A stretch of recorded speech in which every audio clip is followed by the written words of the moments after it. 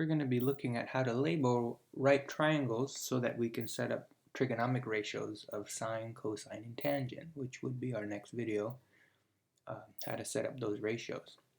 So when we look at a right triangle, we always have a 90-degree angle. That's what makes it a right angle. And it's right here.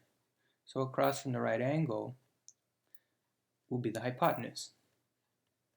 I always recommend you label that first because it will never change. The other two labels will change depending on our reference angle, which means sort of depending on where you're standing. So I need to choose an angle to continue to the next step. If I choose angle B here, even if I choose B or A, that's still the hypotenuse. So one thing to note is that the right angle is the largest angle in this triangle. So across from the largest angle is the largest side. Across from the smallest angle would be the smallest side. So there's that relationship. Now that we're here, we can imagine we have a little person standing at our reference angle. The angle we're using is called our reference. It's the position we're referring to. So from our reference, we want to decide what's opposite. And if we go across from it, that's opposite.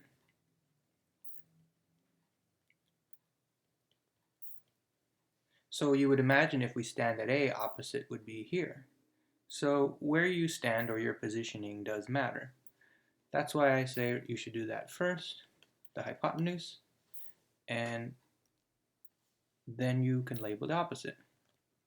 Because although the opposite will change where you stand, depending on where you're standing, the hypotenuse will not. So the third one I recommend you label is the adjacent. Adjacent is a word that means basically next to.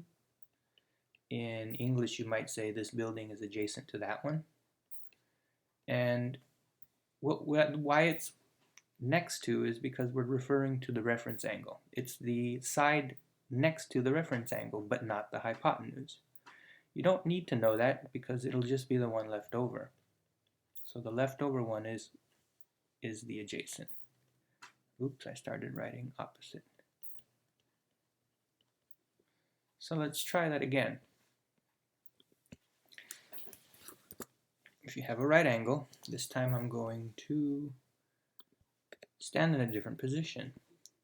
One thing to keep in mind is we never stand at the 90 because we already know it, and we couldn't do a trigonometric ratio from the right angle because then the opposite would also be the hypotenuse. So it would mix everything up and it wouldn't work out. So this time I'm going to use this reference angle.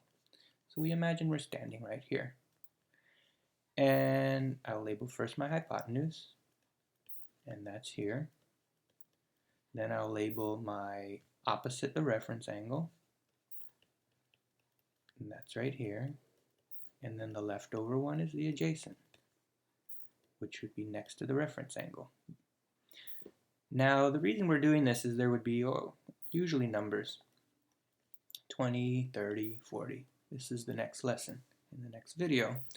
So what we're going to learn is something called some ratios.